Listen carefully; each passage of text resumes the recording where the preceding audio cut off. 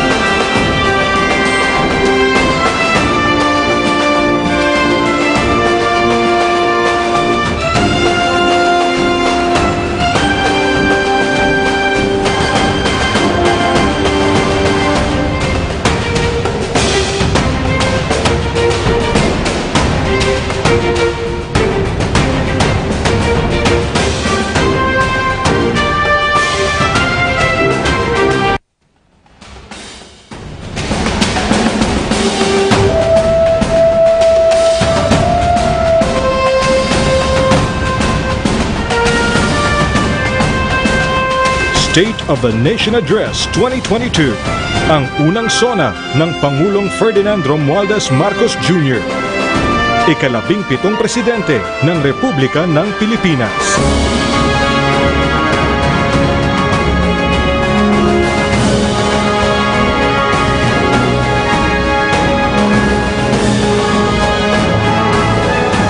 Sona 2022.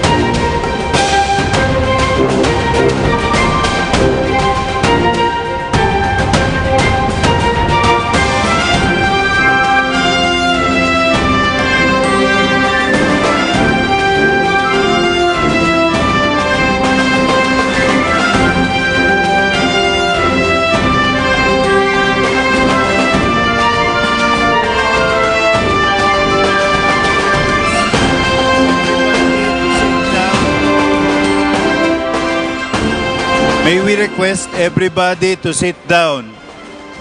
Please sit down. Nobody should be standing at this time.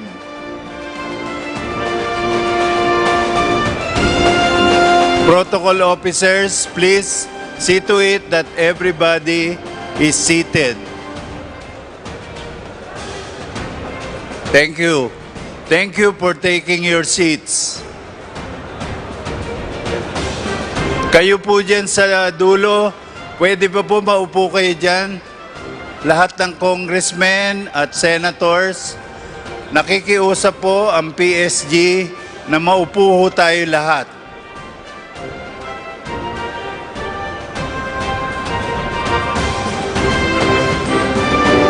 Please, again, take your seats.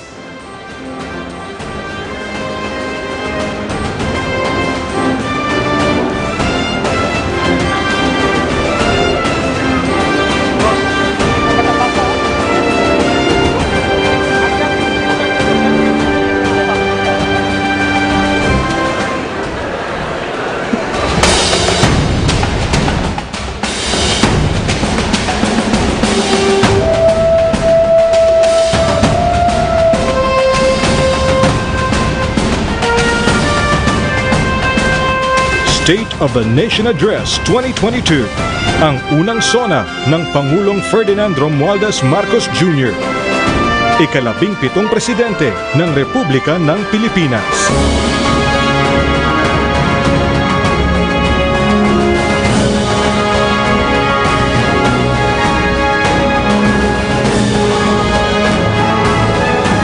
Sona 2022.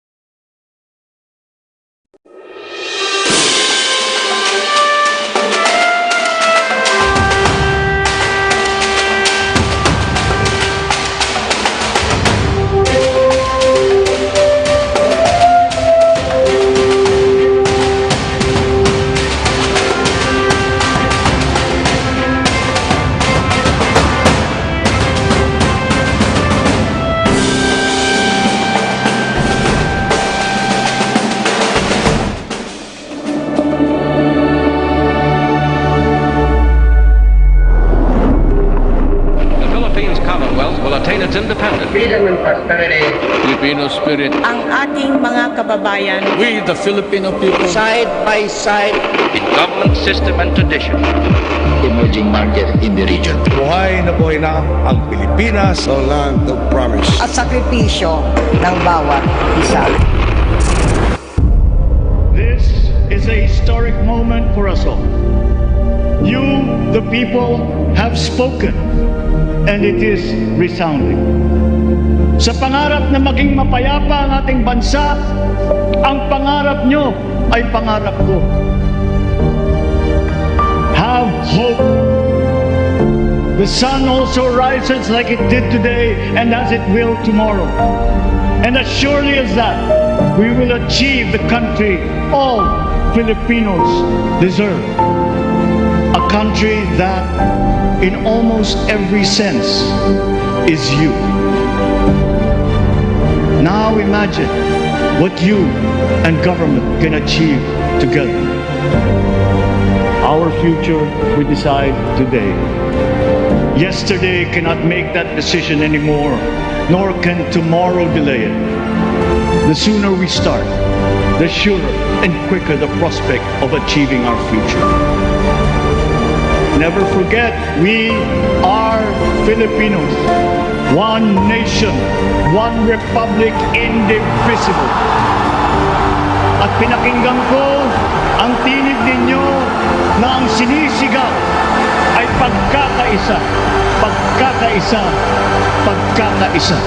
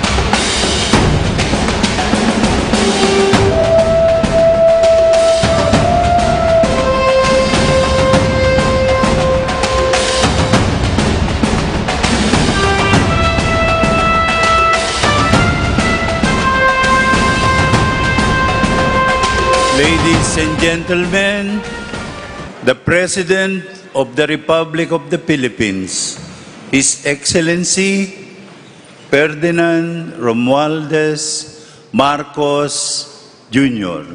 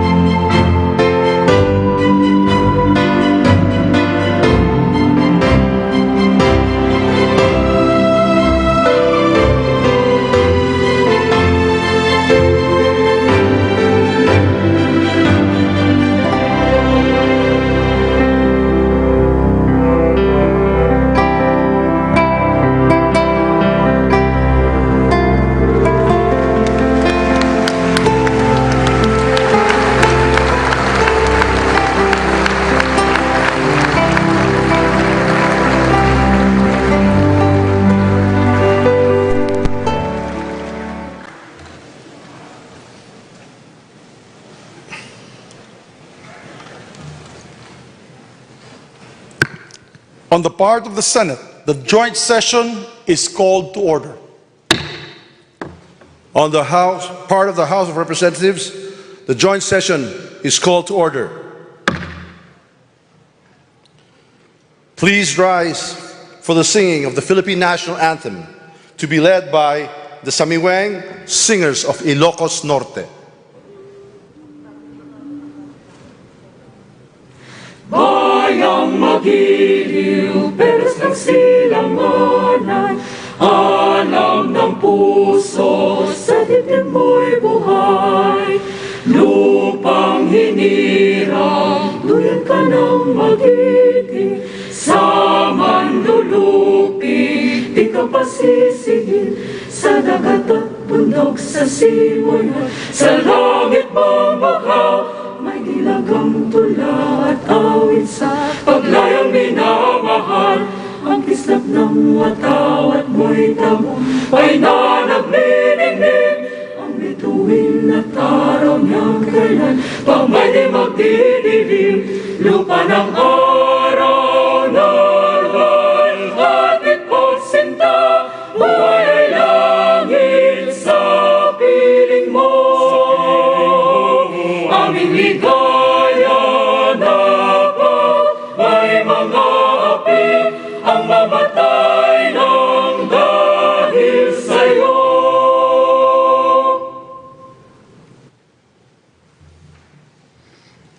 Please remain standing for the nation's prayer. Aming manlilikha, tagapagbigay buhay at liwanag ng sangkatauhan. Salamat po sa iyong pagtangkilig at paggabay sa bansang Pilipinas. Salamat po sa kalayaang magtipon tulad ngayon ayon sa talaga ng aming saligang batas.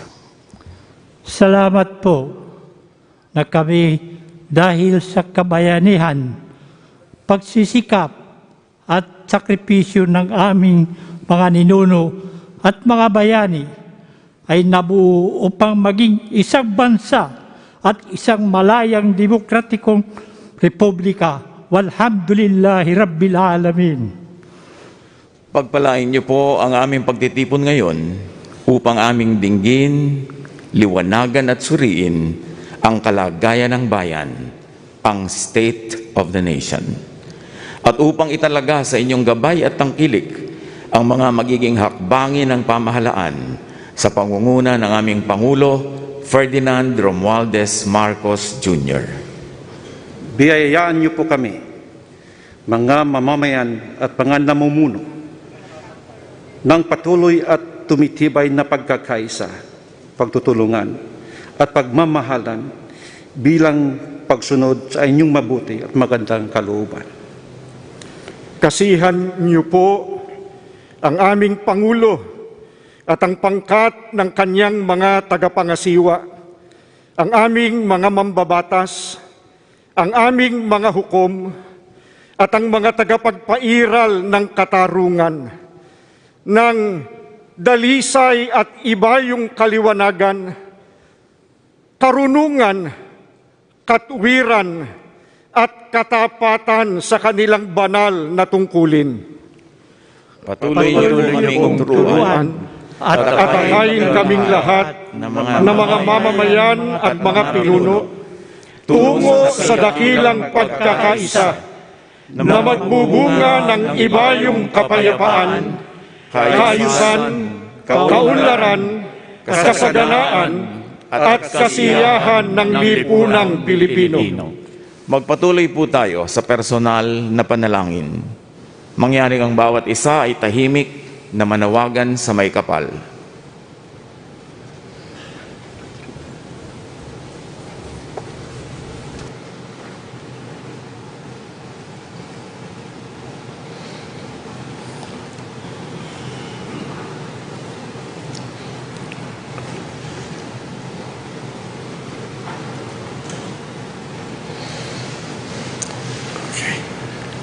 Are you ready?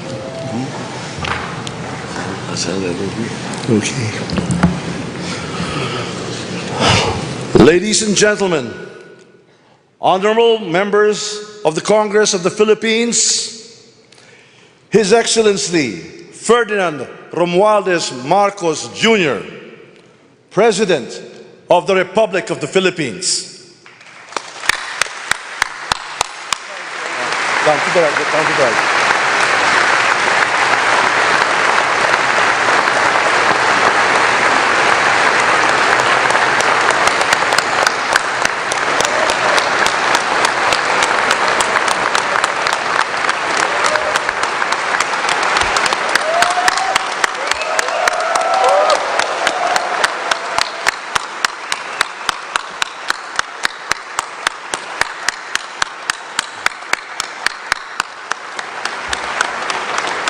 Vice President Sara Zimmerman Duterte, former Presidents Joseph Ejercito Estrada, Gloria Macapagal Arroyo, and Rodrigo Roa Duterte, Senate President Juan Miguel Zubiri, and the honorable members of the Senate, House Speaker Ferdinand Martin Romualdez, and the honorable members of the House of Representatives, Chief Justice Alexander Gesmundo, and the Honorable Justices of the Supreme Court, the Apostolic Nuncio, Most Reverend Charles John Brown, and the esteemed members of the Diplomatic Corps,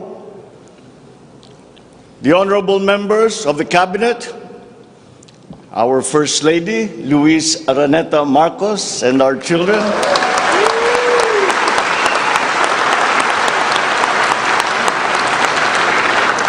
distinguished guests, ang mga minamahal kong mga kababayan, ladies and gentlemen, magandang hapon po sa inyong lahat.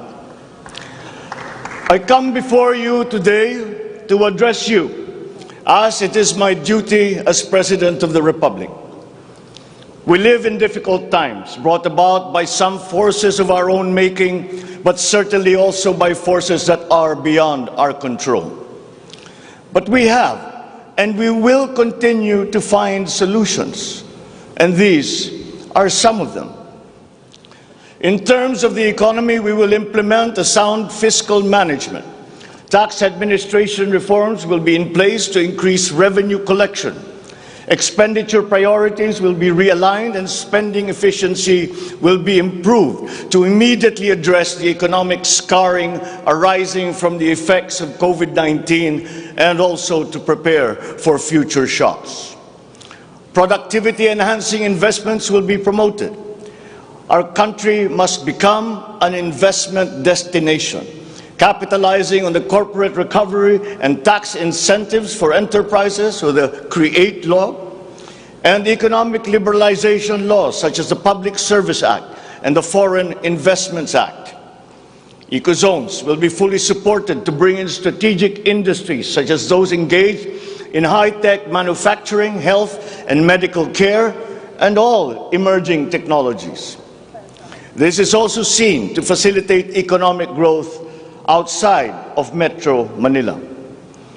Our tax system will be adjusted in order to catch up with the rapid developments of the digital economy, including the imposition of value-added tax on digital service providers.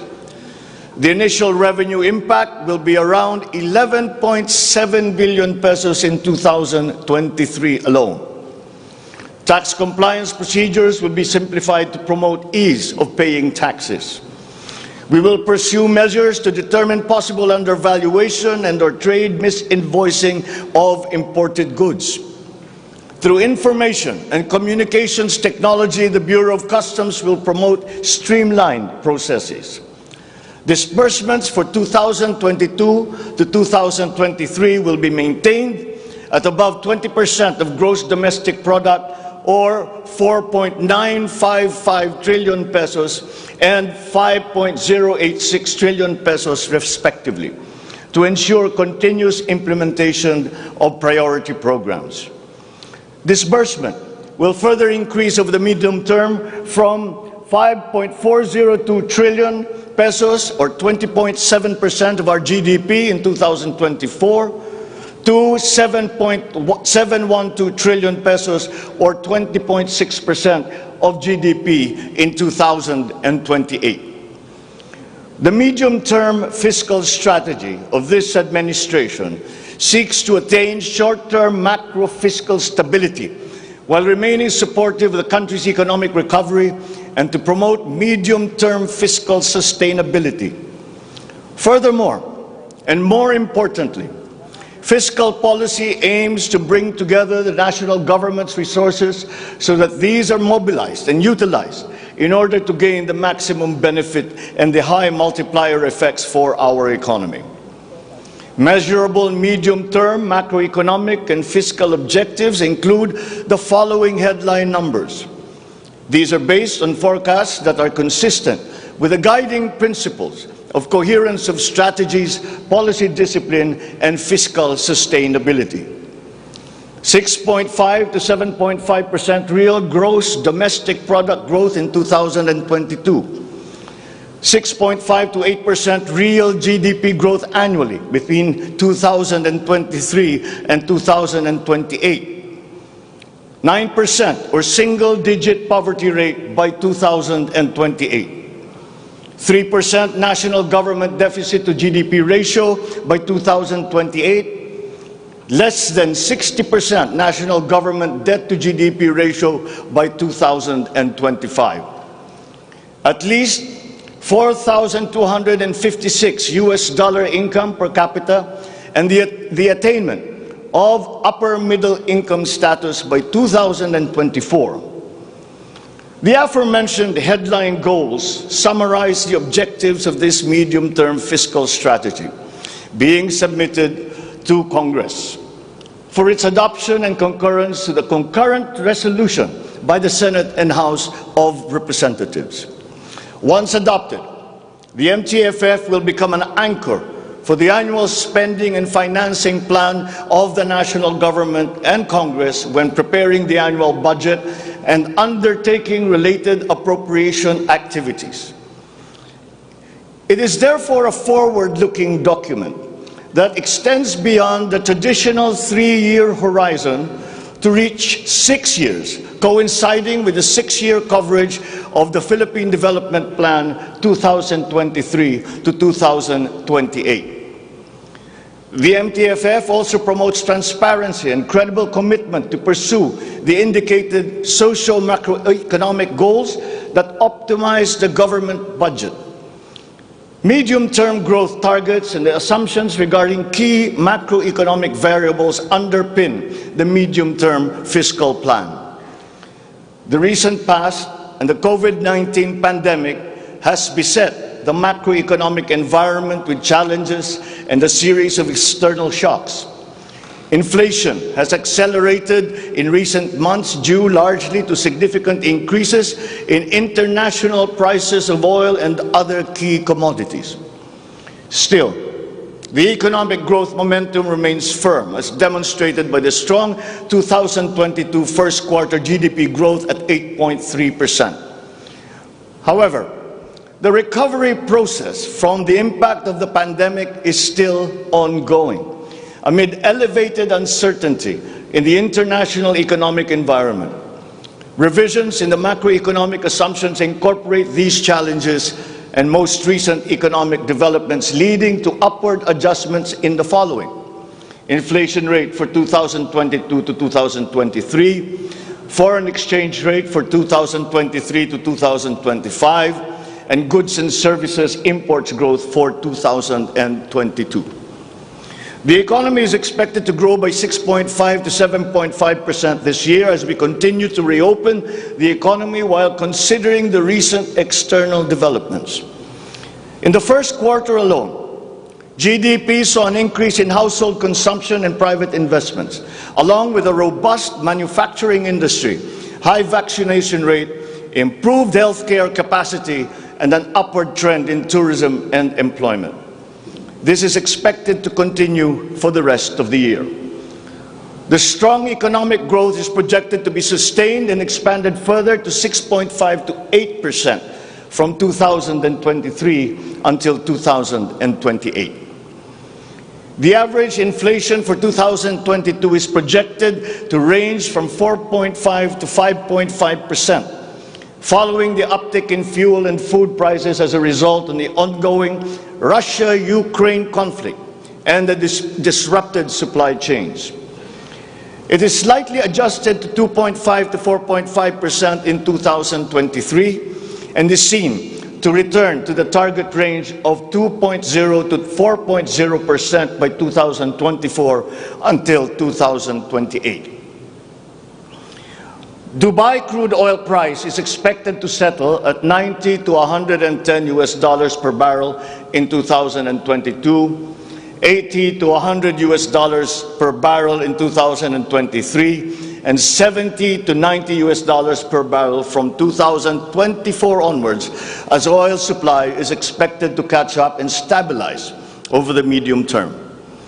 The Philippine peso is projected to average between 51 to 53 pesos per US dollar in 2022 and 51 to 55 pesos per US dollar from 2023 onwards, due to aggressive monetary policy tightening by the US Federal Reserve, market aversion amid the Russian-Ukraine conflict, and again, increased global oil prices. Lastly, exports of goods are expected to grow by 7% in 2022 and 6% from 2023 to 2028. On the other hand, imports of goods are projected to grow by 18% in 2022, 6% in 2023, and 8% from 2024 to 2028. I have instructed the NEDA to coordinate with other agencies and work on the Philippine Development Plan for 2023 to 28, and to submit to me the complete blueprint and progress of its implementation not later than year-end. One of the main drivers of our push for growth and employment will be in the agricultural sector.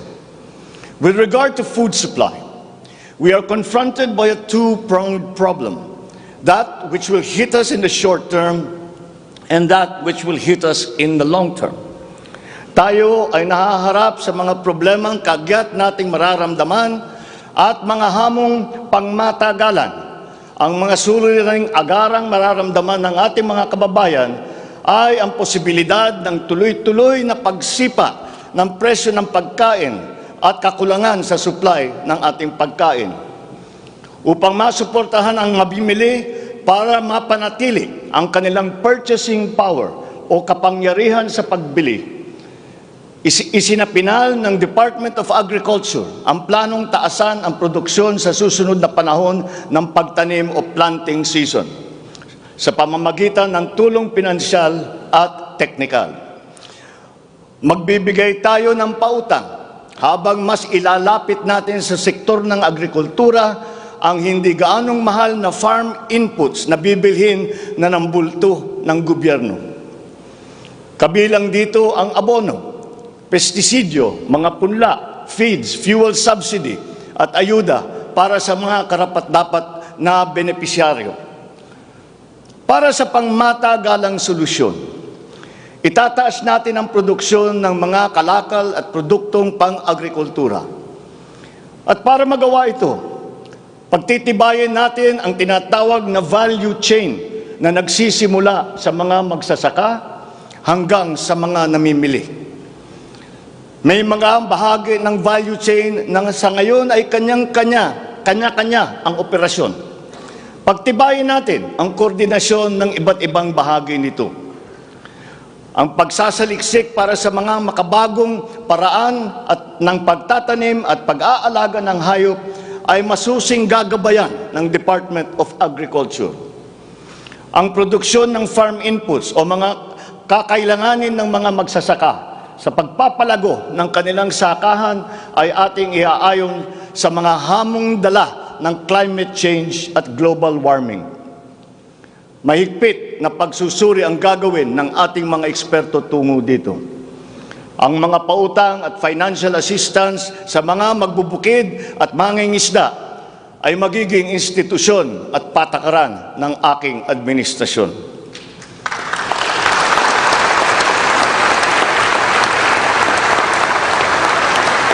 Ipapaprioridad natin ang modernisasyon ng mga sakahan sa pamamagitan ng mga makabagong teknolohiya para sa ating mga magsasaka.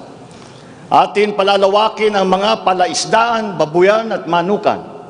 Lahat ng ito gagamitan ng siyensya para tumaas ang produksyong agrikultural.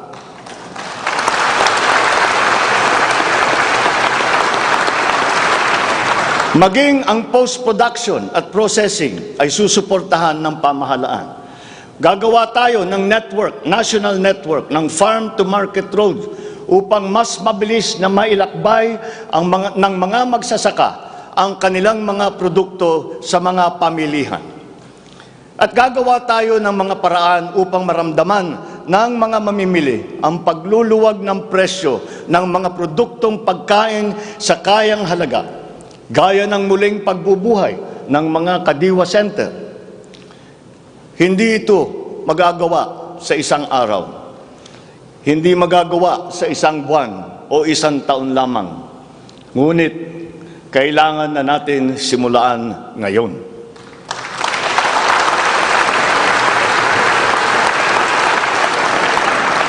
Ang Agrarian Reform Program ay dapat magpatuloy. Agrarian reform is not only about acquisition, but also about support services and distribution. To assist this, I intend to issue an executive order to impose a one-year moratorium on the payment of land amortization and interest payments.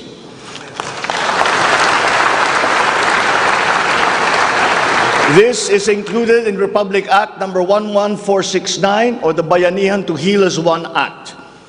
A moratorium will give the farmers the ability to channel the resources in developing their farms, maximizing their capacity to produce and propel the growth of our economy.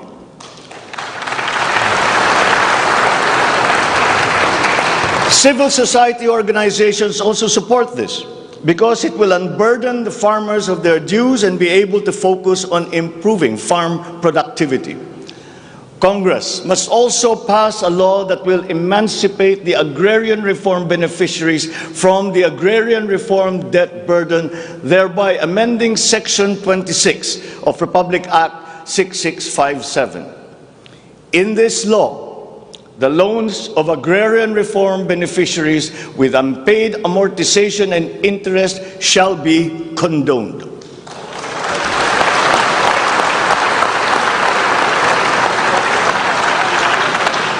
Layunin ng batas na ito ay burahin ang hindi mabayarang utang ng ating mga magsasaka na benepisyaryo ng agrarian reform. Agrarian reform beneficiaries who are still to receive their awarded land under the Comprehensive Agrarian Reform Program shall receive it without any obligation to pay any amortization.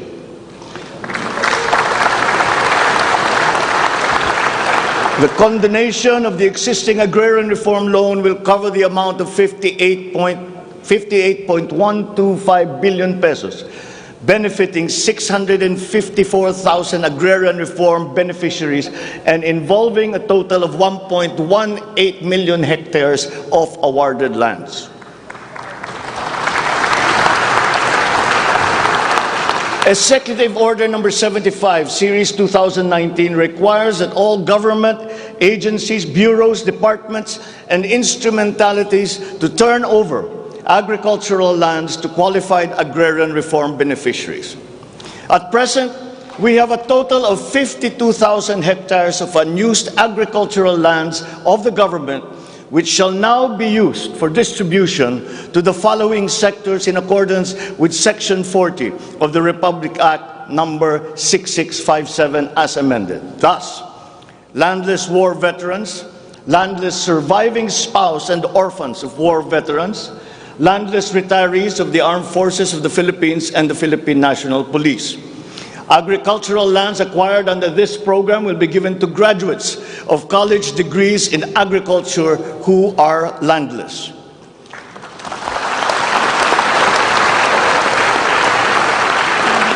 The call of the times is for the infusion of fresh and new blood in the agricultural sector. We need a new breed of farmers equipped with modern agricultural technology able to engage in sustained scientific farming that will not only increase farm yields but also resilience in the face of climate change.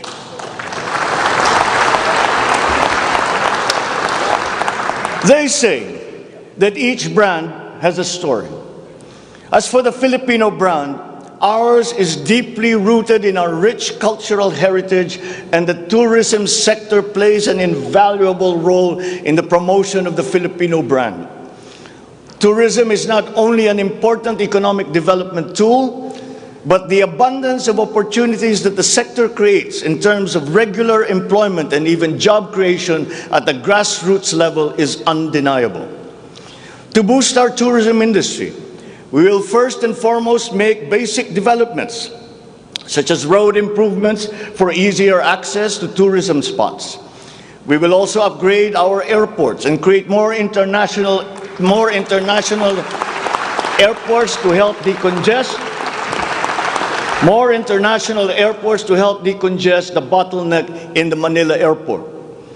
We will also make it more convenient for travelers to go around the country, even to remote areas, to help promote undiscovered tourist spots. This program will be led by the Department of Tourism together with the Department of Public Works and Highways.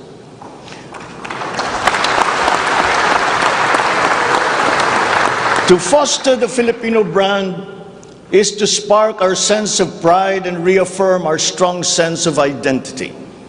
It is time to welcome the rest of the world with an enhanced Filipino brand that is unique, attractive, and creative. The creativity of the Filipino is truly world-class. We excel in arts and culture, new media, live events, avenues which generate primary and downstream jobs for our creative and talented countrymen. Unfortunately, ang mga hanap buhay na ito ang unang pinadapa ng pandemya at ang pinakahuli namang makabalik sa normal. The creative industry likewise faces many challenges, including workplace conditions, working hours, intellectual property rights, and the welfare of our beloved freelancers who were left vulnerable during the height of the pandemic. We require an institutionalized creative industry that will advance the interest of its stakeholders. Sila na nagbibigay ng kaluluwa at pagkakilala sa ating pagka-Pilipino. Protektahan natin sila.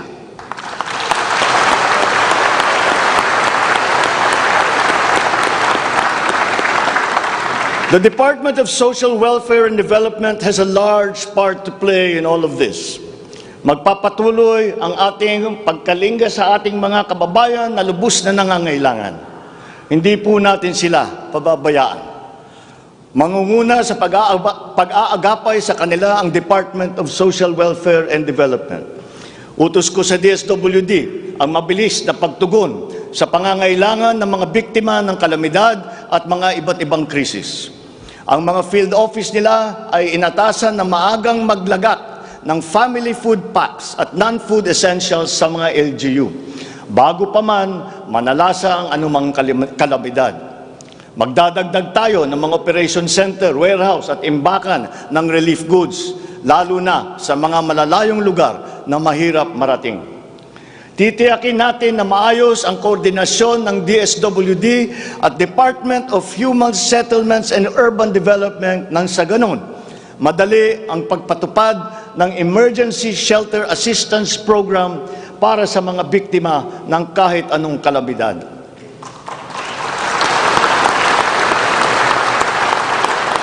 Pagtitibayin pa natin ang komprehensibong programang Assistance to Individuals in Crisis Situations o ang ating tinatawag na AICS para maiparating ang tulong sa mas maraming biktima. Hindi natin papahirapan ang mga biktima ng krisis na dudulog sa ahensya. Gagawin nating simple ang proseso ng paghingi at pagparating ng tulong.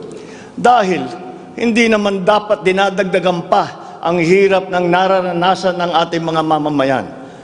Upang matiyak na mapupunta sa kwalipikadong mga pamilya ang tulong na pamahalaan sa pamamagitan na 4Ps o Pantawid Pamilya Pilipino Program, titiyakin natin na malilinis ang listahan ng benepisyaryo.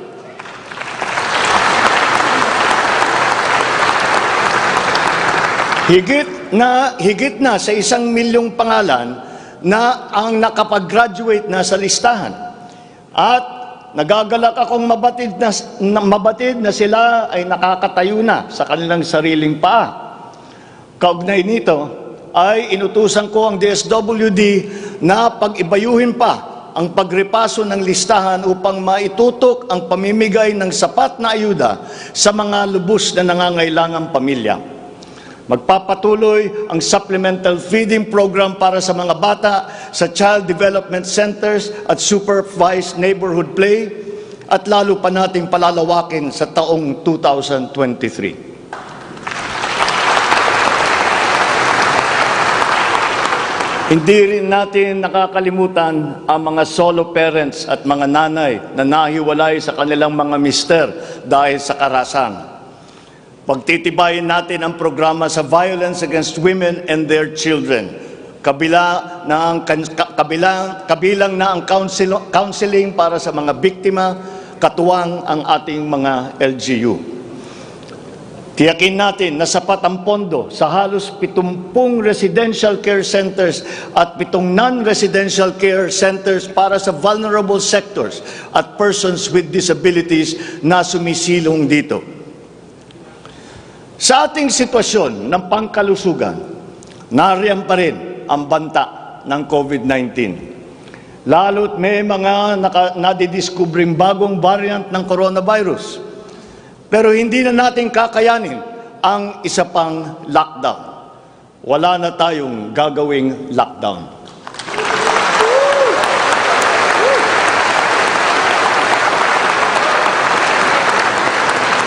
Dapat natin balansehin ng maayos ang kalusugan at kapakanan ng ating mga mamamayan sa isang banda at ang ekonomiya naman sa kabilang banda. Nakikipagtulungan ang iba't ibang ahensya ng pamahalaan sa pagmonitor sa mga COVID-19 hospital admission upang makatiyak tayo na may sapat na kapasidad ang ating healthcare system at maiwasan ang pagsipa ng bilang ng nagkakasakit. Patuloy din ang ating vaccine booster rollout para sa ating pangkalahatang depensa.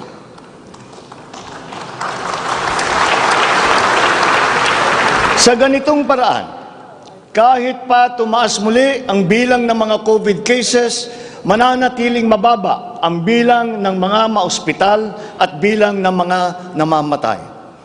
Sa pamamagitan nito, unti-unti rin tayong masasanay na nariyan ang virus pero hindi na seryoso ang banta sa ating buhay.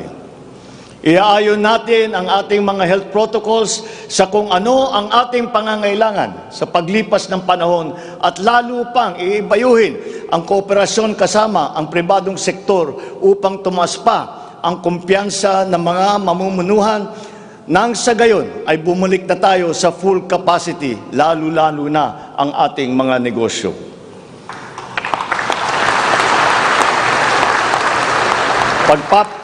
Pagbubutihan pa natin ang pagpapakalat ng tamang impormasyon ukol sa COVID, kasama ang kahalagahan ng bakuna. Mananatili muna sa ngayon ang alert level system natin. Pinapag-aralan natin ang ibang paraan ng klasifikasyon upang mas babagay sa kasalukuyang sitwasyon, lalong-lalo na sa pagbabago ng COVID. Sa pakikipagtulungan ng Kongreso, itatatag natin ang ating sariling Center for Disease Control and Prevention at ang isang Vaccine Institute.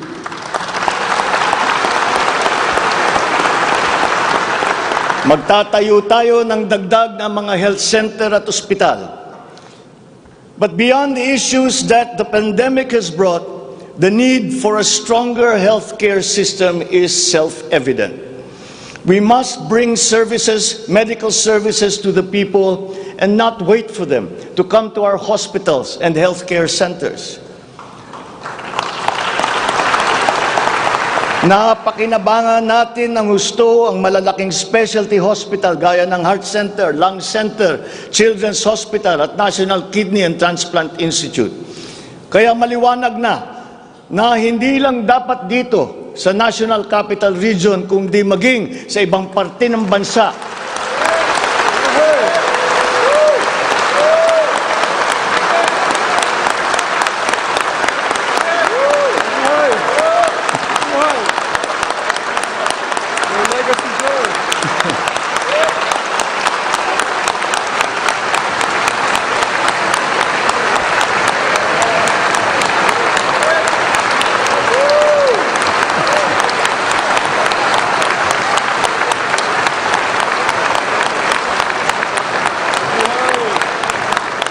Maliwanag na hindi lamang dapat dito lamang sa National Capital Region kundi maging sa ibang parte ng bansa, kailangan magdagdag ng ganitong uri ng mga pagamutan. Bukod dito, upang mailapit natin ang healthcare system sa taong bayan, nang hindi sila kailangan pumunta sa sentro ng kanilang bayan, lalawigan o region, ay maglalagay tayo ng mga clinic, mga RHU, na pupuntahan ng mga doktor, nurse, midwife, medtech, 1 beses, 2 beses sa isang linggo. Nang sa ganon, magiging mas madali sa may karamdaman na magpapagamot nang hindi na kailangan magbiyahe ng malayo.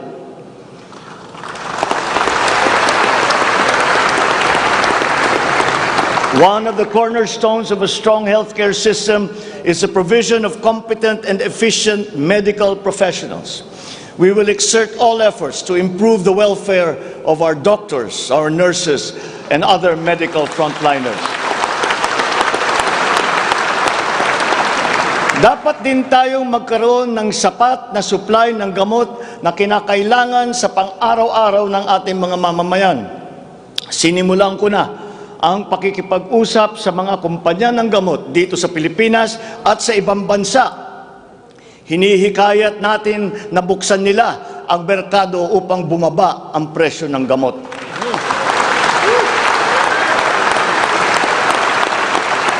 Halimbawa, kung mas marami ang mas murang generic o hindi branded na gamot sa merkado, mas bababa rin ang presyo dahil sa kompetisyon. Ang Department of Trade and Industry ay nakikipag-usap sa mga interesadong manufacturer ng generic drugs na papasok sa ating bansa. Inuutusan ko naman ang Philippine Competition Commission na pantay-pantay dapat at walang kartel sa hanay ng mga pharmaceutical companies.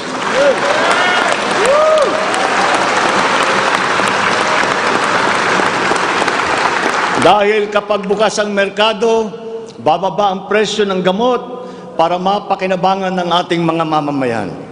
This is one of the hard lessons that we learned when the pandemic struck, and therefore we must act on that shortcoming.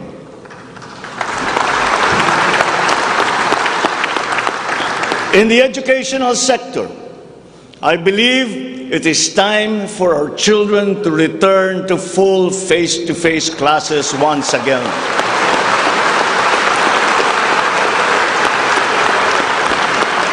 The Department of Education, led by our highly able Vice President Sara Duterte, is now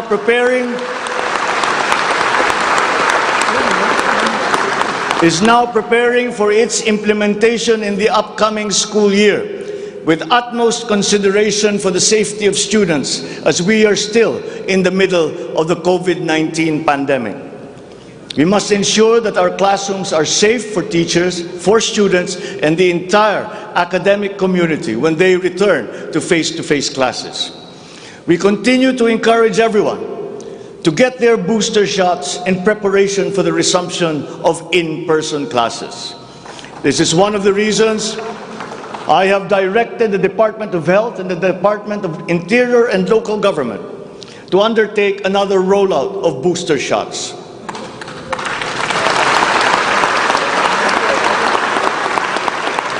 The condition and availability of schoolrooms for our students must also be addressed again, in coordination with the Department of Public Works and Highways. Though some complications have arisen over the question of repair of school buildings in relation to the Mandanas-Garcia ruling, this will be ironed out. We have been in discussion with local government leaders, governors and mayors in the last few weeks to determine with the LGUs what is actually practicable, what functions belong to the LGUs and what belong to the national government. There have also been lengthy discussions on the continuation and viability of the K-12 school system. We are giving this careful review, and all necessary inputs and points of view are now being considered. In the longer term, we are instituting a program of refresher courses and retrainings for our teachers so they can stay abreast of the rapid growth in technology, especially in this post-pandemic world. As for the horror stories that we have heard about the poor quality of educational materials and supplies that are being given to our schools, this must end.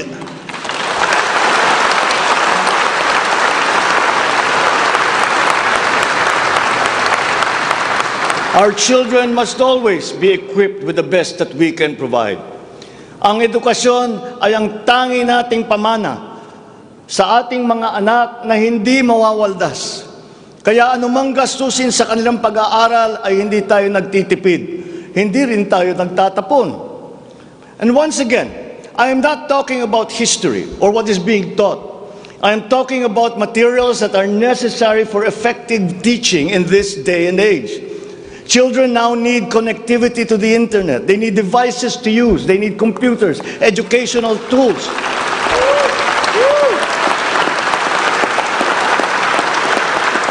So that they might participate fully in the digital community here and abroad. We must do better in the international rankings, especially when it comes to the so-called STEM subjects: science, technology, engineering, and mathematics. These skills, this knowledge, are necessary for our young people to be able to compete in a highly technological and competitive world. The raw talent is there in our young people. It is up to our educational system to develop and to refine that great pool of talent.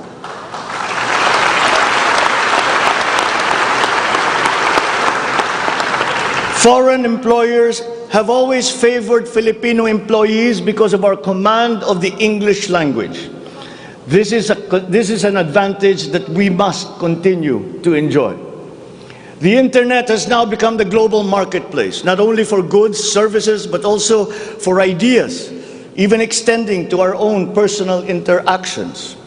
And the language of the internet, for better or for worse, is English. Therefore, the question of our medium of instruction must be continuously re-examined to maintain that advantage that we have established as an English-speaking people.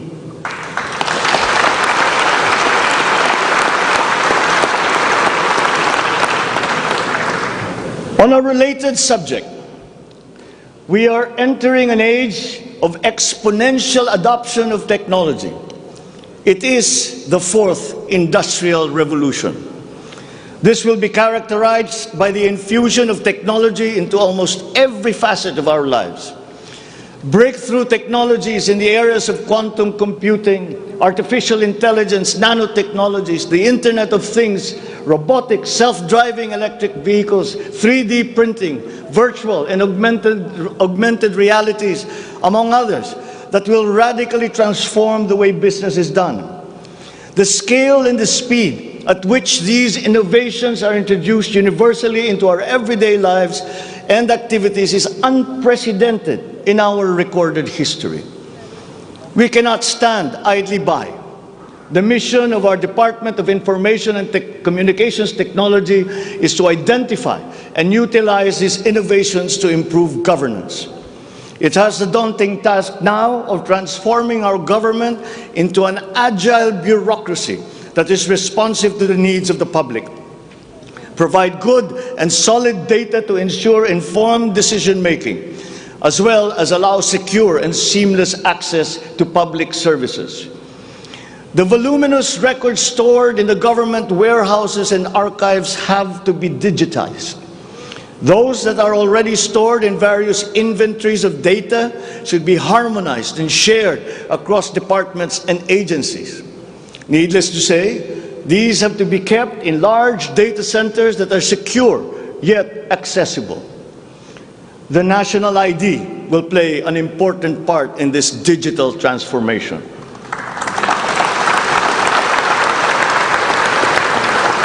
For citizens to be able to seamlessly transact with government, their identity must be easily verifiable. We expect to issue 30 million physical IDs and 20 million digital IDs by the end of this year. The target is to accomplish the issuance of about 92 million IDs by the middle of next year. As the world moves into rapid digitalization, the digital divide will become more pronounced.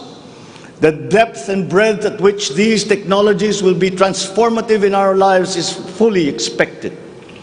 This will open new opportunities for the creation of wealth, but will also likely create inequalities. Hence, universal connectivity will be a vital component in order to ensure that no citizen is left behind.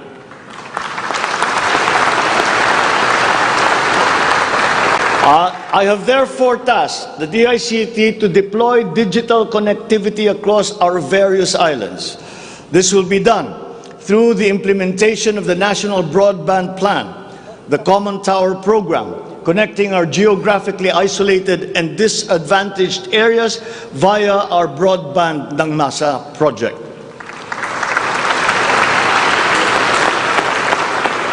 All relevant modes of digital transport should be utilized. These may be through a combination of terrestrial or submarine fiber optics, wireless, and even satellite technology. As our Public Service Act has opened the doors and removed the restrictions on foreign investment, we foresee an increase in direct investment of overseas players. This will translate into better quality, availability, and affordability of telecommunication services all over the country. We come now to infrastructure. The backbone of an economy is its infrastructure. The infrastructure program of the Duterte administration must not only continue, but wherever possible, be expanded.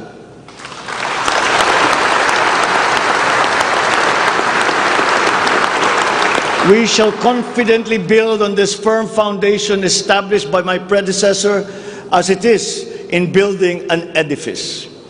We must keep the momentum and aspire to build better, more. Necessarily, infrastructure development will remain a very high priority in our drive for growth and employment. Once again, I will not suspend any of the ongoing projects, as those have already been shown to be of benefit to the public that they serve.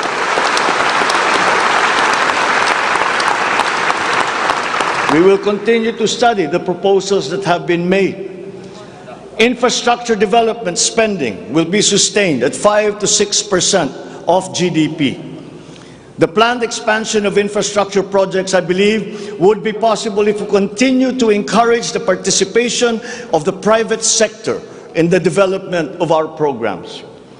Public-private partnerships, or PPPs, hold great potential for that expansion, for infrastructure development, and for innovation. Our infrastructure development is of primary importance, as it is a necessary element to improve many other sectors, to include agriculture, tourism, general economic activity, and even to governance. It is my belief also that we have missed some great opportunities to develop our rail transport system. It is clear in my mind that railways offer great potential, as it continues to be the cheapest way of transporting goods and passengers. We can build upon already existing lines by modernizing these old railway systems. There are dozens of railway projects on the ground, above the ground, below ground, not just in Manila, but in other regions, at various stages of implementation and with a combined cost of 1.9 trillion pesos. This administration is committed to finish building the current portfolio of investments, approve railway projects such as the North-South Commuter Railway System, the 33-kilometer Metro Manila Subway Project, the 147-kilometer North-South Commuter Railway System, the 12-kilometer LRT-1 Cavite Extension, the 23-kilometer MRT-7, and the common station that will connect LRT-1, MRT-3, and MRT-7. And beyond NCR, larger-scale railway systems like the 102-kilometer Mindanao Railway Project,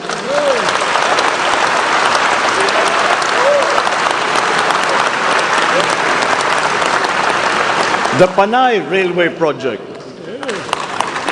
and the Cebu Railway System will be integrated as a vital part of our transport and communication systems.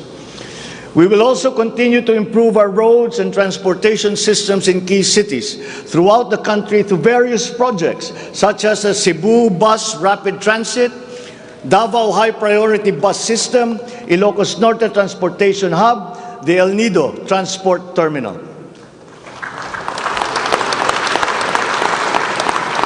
My order to the Department of Transportation, or DOTR, is really very simple. Full speed ahead.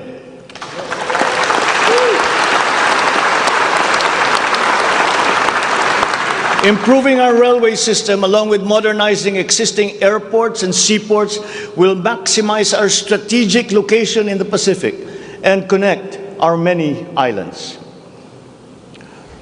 A key sector in our transformation plans is that of energy. Another fundamental requirement for growth and increased employment will be the availability of cheap, reliable energy. This even comes under the category of ease of doing business. If we are to attract investors, both local and foreign, to set up shop here in the Philippines. At present, our demand for energy far exceeds our reliable supply. We must increase the level of energy production. We must look at every possible option that would be appropriate for the Philippine situation. There is some room to expand our present power supply through existing power sources, but this is only to a very limited extent. We must build new power plants.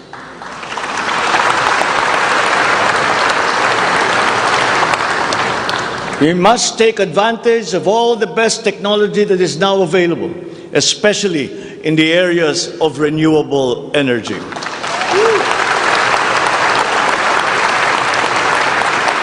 Our search for new power sources should always be with an eye to improving the mix of the energy supply between traditional and renewable sources. The technology on renewable energy is progressing rapidly, and many of these technologies are appropriate for the Philippines. We have already begun windmill power. We are now expanding very quickly our solar power production. For both offshore and onshore wind turbines, for example, the World Bank has calculated that there is a potential for 255 gigawatts by the year of 2030. Solar power has steadily increased its efficiency in converting sunlight to electrical power, which is particularly attractive for the Philippines. Because unlike wind power, solar power is practical almost everywhere in the Philippines all year round. In the move to lowering our carbon footprint caused by energy production, our advancement to renewables will have a lead time. In the interim, natural gas will hold the key. We will provide investment incentives by clarifying the uncertain policy in upstream gas, particularly in the area close to Malampaya. This requires clarification of the processes and review of service contracts policy. I believe that it is time also to re-examine our strategy towards building nuclear power plants in the Philippines.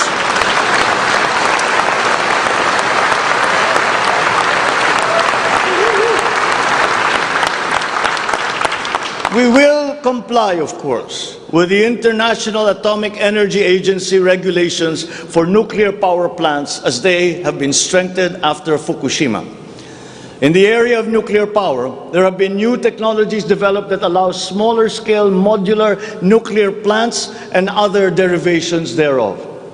Once again, PPPs will play a part in support as funding in this period is limited. Furthermore, we must examine the entire system of transmission and distribution for the purpose of finding ways to lower the price of energy to the consumer and to industry. We must expand the network of our transmission lines while examining schemes to improve the operation of our electrical cooperatives. All this in aid of reducing energy costs, especially but not limited to households. All this impetus for development and growth we undertake within the context of accelerating climate change and extreme weather conditions. Though we are a minor contributor to climate change globally, we have the unfortunate distinction of being one of the most vulnerable countries to the effects of climate change. For the welfare of our people, it is incumbent upon us to alleviate the effects of that vulnerability. The use of renewable energy is at the top of our climate agenda. We will increase our use of renewable energy sources such as hydropower, geothermal power, solar, and wind. Geographically, we are a disaster-prone country. Capacity building for our natural disaster resiliency is therefore a must. Investment in science and technology is imperative to enable us to have accurate weather forecasts and on-time disaster alerts. Studies show that already now, many areas in the Philippines are at high risk from the rise in sea levels brought about by the increase in global temperature. We must adapt to this phenomenon with disaster-proof planning for our communities. We will also look into the precarious fresh water supply situation in the country, especially in our urban areas. Many of our water supply systems date back to the 1950s, and they must now be rehabilitated and improved. I've instructed the DNR, together with the DPWH, to explore possible partnerships with the private sector to address this crucial situation. The Philippines has excellent laws on the environment, but we have to guarantee that these laws are properly enforced. And this will require a great deal of coordination and cooperation between concerned government agencies and private stakeholders. Companies who exploit our natural resources must follow the law. We all have the responsibility to preserve this earth, for we are but custodians and we will pass on this great treasure to future generations.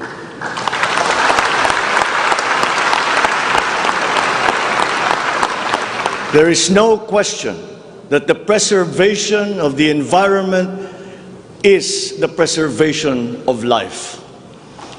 If we cannot mitigate climate change, all our plans for the economy, all our plans for our future will be for naught. Bawat Pilipino sa ibayong dagat na nagsasakripisyong lisanin ang kanyang pamilya sa Pilipinas upang maghanap buhay ay nararapat lamang magkaroon ng pamahalaang matatawag nilang tahanan habang nasa ibang bayan. Ito ang papel na gagampanan ng kagawaran ng manggagawang mandarayuhan o Department of Migrant Workers matapos itong ideklara bilang ganap na ahensya ng gobyerno ng isang taon. Ang kagawarang ito ang magsisilbing kanlungan ng ating mga kababayan sa gitna ng mundong walang kasiguruhan at mahigpit na kompetisyon. Ito ang maglalatag sa kanila ng mga oportunidad. Titiyak na ang kanilang mga hanap buhay ay tugma sa kanilang mga kasanayan. Maninigurong akma ang sahod at maayos ang kalagayan sa kanilang mga kumpanya. at mangangalaga sa kanilang mga pamilya habang sila ay nasa malayo. Gagawin natin ito sa pamamagitan ng pag-aalis ng red tape sa sistema ng pagsusulong ng digital empowerment.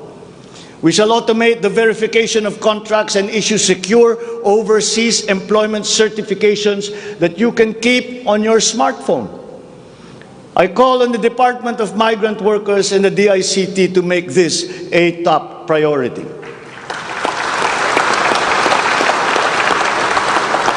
Tinatawagan ko rin ang Department of Foreign Affairs na makipagtulungan sa Department of Migrant Workers na tiyakin ang lahat ng mga diplomatic post ay tutulong na agarang maibalik sa trabaho ang mga ating mga overseas Filipino workers na nawalan ng hanap buhay nitong nakalipas na ilang taon.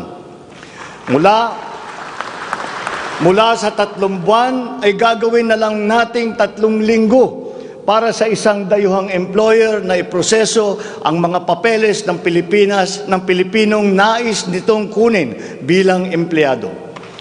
Aatasan din natin ang kagawaran ng gawing simple ang komplikadong handbook ng mga tuntunin at regulasyon para sa mga OFW. Nang sa gayon ay maging malwan ang mga transaksyon may kinalaman sa kanilang pangingibang bansa. Mula sa handbook na may 240 seksyon ay gagawin nating pamphlet na lamang na hindi hihigit sa 100 pahina. Mahirap na nga ang buhay. Kaya naman, ayaw pa natin makitang lalo pang nahihirapan ang ating mga manggagawang mandarayuhan sa pagtupad sa kanilang mga pangarap. Para sa mga kababayan nating naiipit sa kaguluhan, inaabuso at nanganganib ang buhay, ikinagagalak kong sa ilalim ng aking pamumuno ay ilulunsad natin ang One Repatriation Command Center o ORCC. Ilalaan natin ang isang social media platform ng Department of Migrant Workers at ang hotline upang matulungan agad at maligtas sila mula sa mas higit na kapahamakan. Noon, nangungutang pa ang isang ina ng bawat OFW upang sumakay ng barko para pumunta sa Maynila at mangatok sa iba't ibang ahensya para mapauwi ang anak na inaapi. Ngayon, kami na ang tatawag sa mga magulang ng OFW para sabihin sa kanila ang petsa kung kailan nila mayayakap at makakapiling ang kanilang mga anak.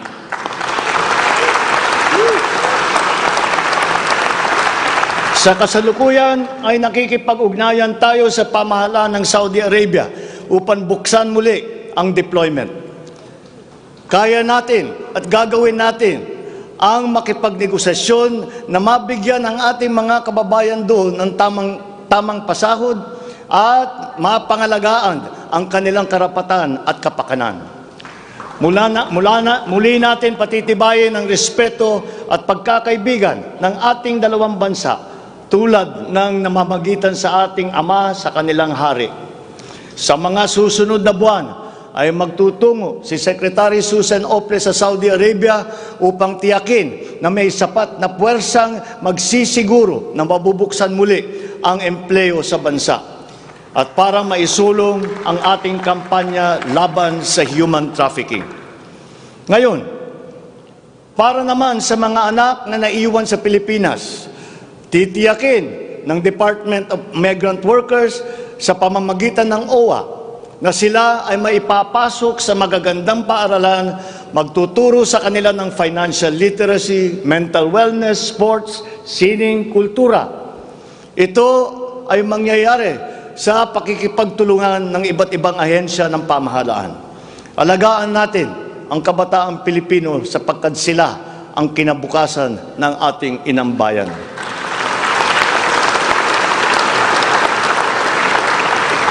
Sa ating mga kababayan na nasa ibang bansa, you deserve a home in government, not only for the money that you send home, but you are not cold tools of the economy. You deserve it for your sacrifices for our country and your perseverance and excellence in the global arena. You OFWs represent the fighting faith of the Filipinos as a nation and as a people. Let us transform your overseas journey into inspirational stories for all time. Thanks to you, our dear legislators, and of course to the man every OFW now refers to as their tatay, President Rodrigo Duterte. You passed the law that created this new home for our OFWs.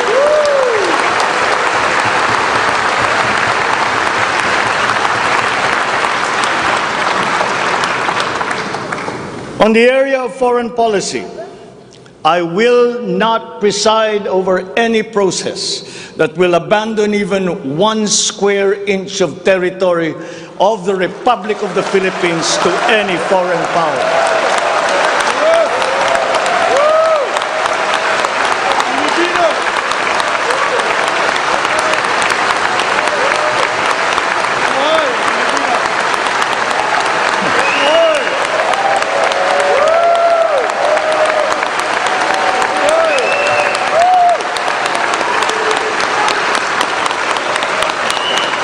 With respect to our place in the community of nations, the Philippines shall continue to be a friend to all, an enemy to none.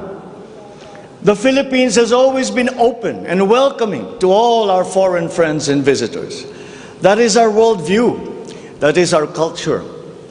But let me be clear. We are very jealous of all that is Filipino.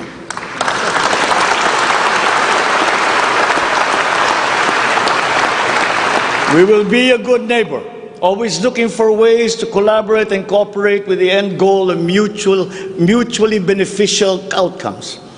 If we agree, we will cooperate and we will work together. And if we differ, let us talk some more until we develop a consensus. After all, that is the Filipino way. But we will not waver. We will stand firm in our independent foreign policy with the national interest as our primordial guide.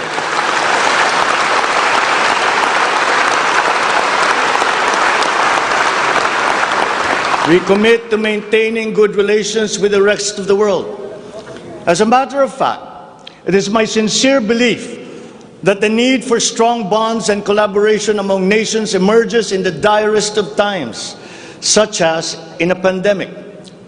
The partnerships and alliances that we make with all will provide stability that all nations will need as we emerge into this new global economy. The Philippines will continue to promote stronger and multifaceted relationships with all our partners around the world.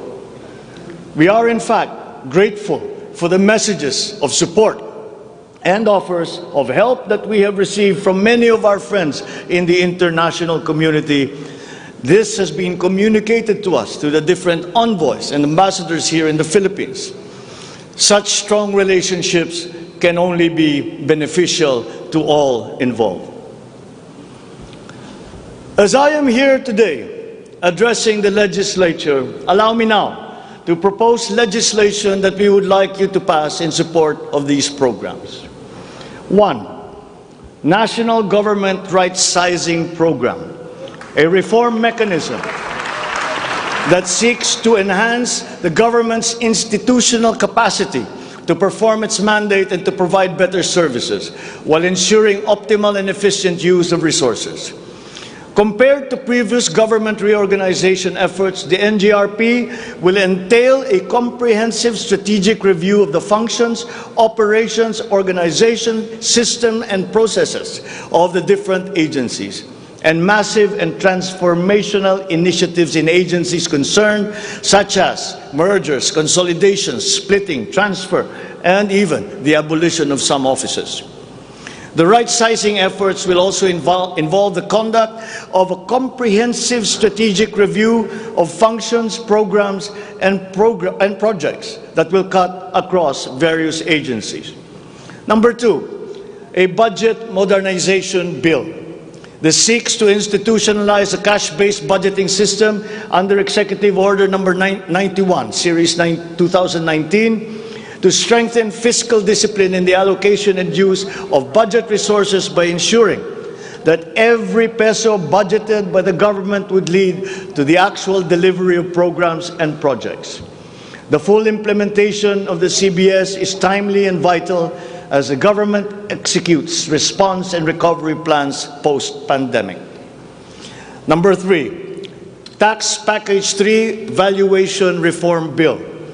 This bill provides for the establishment of real property values and valuation standards across the country, and B, the development of real property information system that provides for the database of all real property transaction and declarations in the country.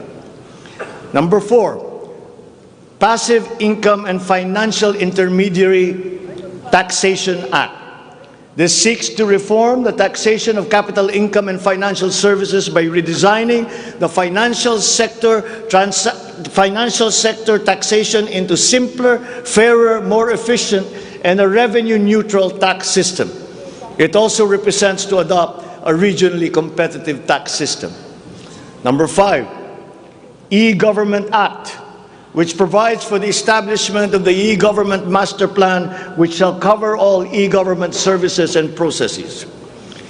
Number 6, the Internet Transaction Act, or e-commerce law, which aims to establish an effective regulation of commercial activities through the Internet or electronic means to ensure that consumer rights and data privacy are protected, innovation is encouraged, fair advertising practices and competition are promoted. Online transactions are secured, intellectual property rights are protected, and product standards and safety are observed. Number 7, Government Financial Institutions Unified Initiatives to Distressed Enterprises for Economic Recovery.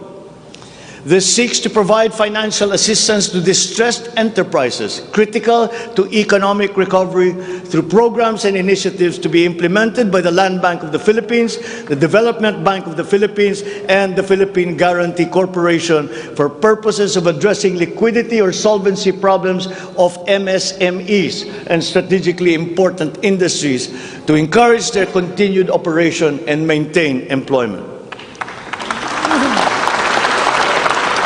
Number 8, the establishment of a Medical Reserve Corps. Establishes a Medical Reserve Corps under the Health and Emergency Management Bureau of the DOH. The MRC shall be composed of licensed physicians, medical students who have completed their 4 years of medical courses, graduates of medicine, registered nurses, licensed allied health professionals. Number 9, National Disease Prevention Management Authority. This bill seeks to create the Center for Disease Prevention and Control attached to the DOH. Number 10, the creation of the Virology Institute of the Philippines. This will create the Virology Science and Technology Institute of the Philippines as an attached agency of the DOST. All offices and units under the DOST with functions related to virology shall now be transferred to the Virology Institute of the Philippines. Number 11, the Department of Water Resources. This seeks to create the Department of Water Resources and adopts the integrated water resource management as the strategic framework for national water management, policy making, and planning. Number 12, Unified System of Separation, Retirement, and Pension. This grants a monthly disability pension in lieu of disability benefits provided under existing laws for military and uniformed personnel retired by reasons of disability. Number 13, the E-Governance Act. It promotes the use of internet and other ICT to provide opportunities for citizens. Number 14, the National Land Use Act.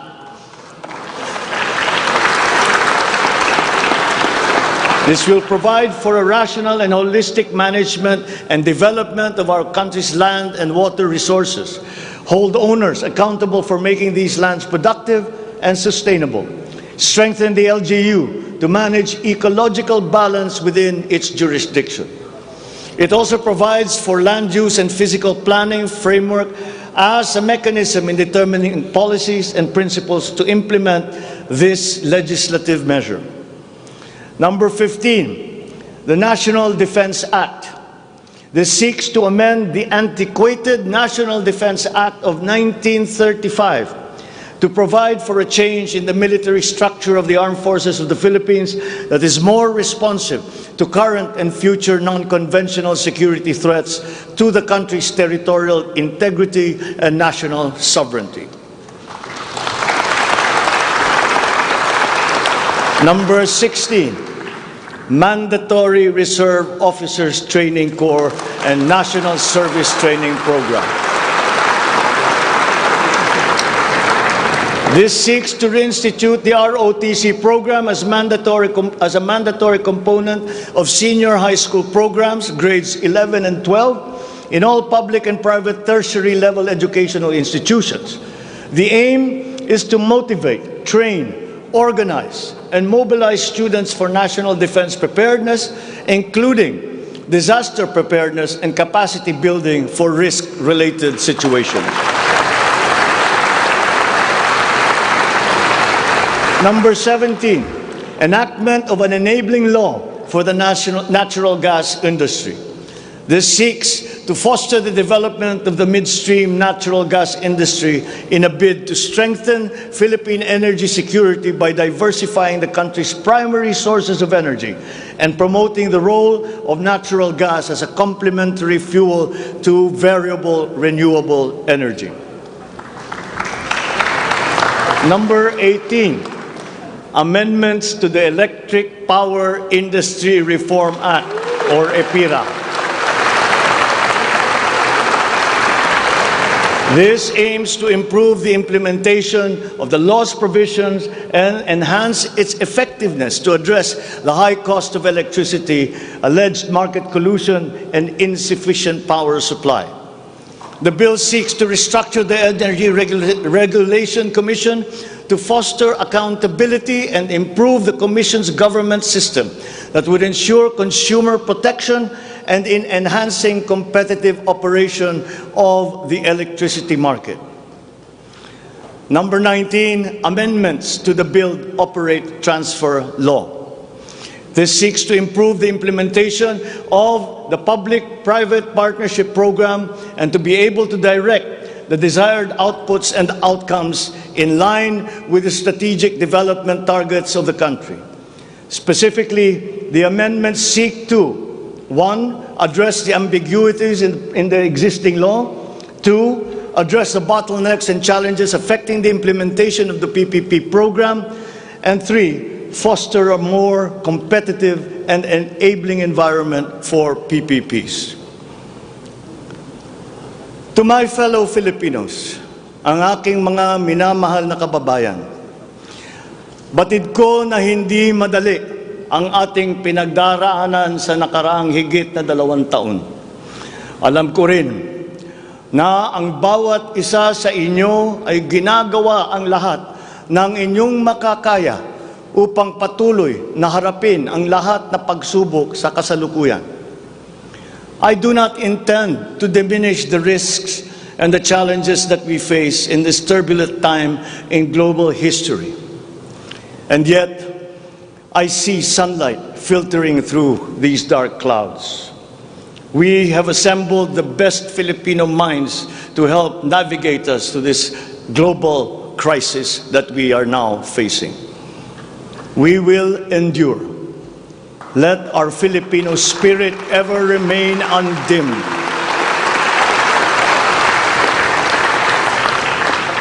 I know this in my mind. I know it in my heart. I know it in my very soul. The state of the nation is sound. Thank you and good afternoon. Marami pong salamat sa inyong lahat.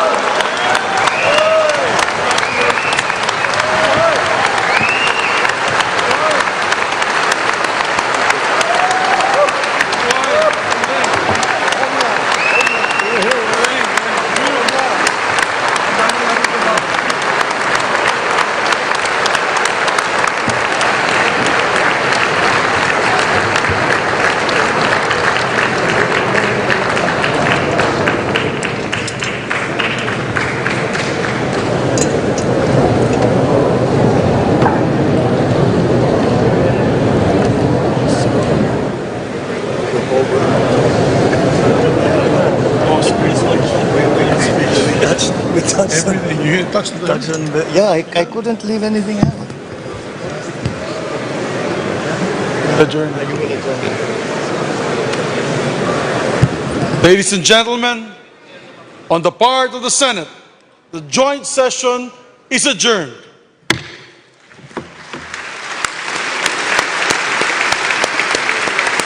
On the part of the House of Representatives, the joint session is adjourned.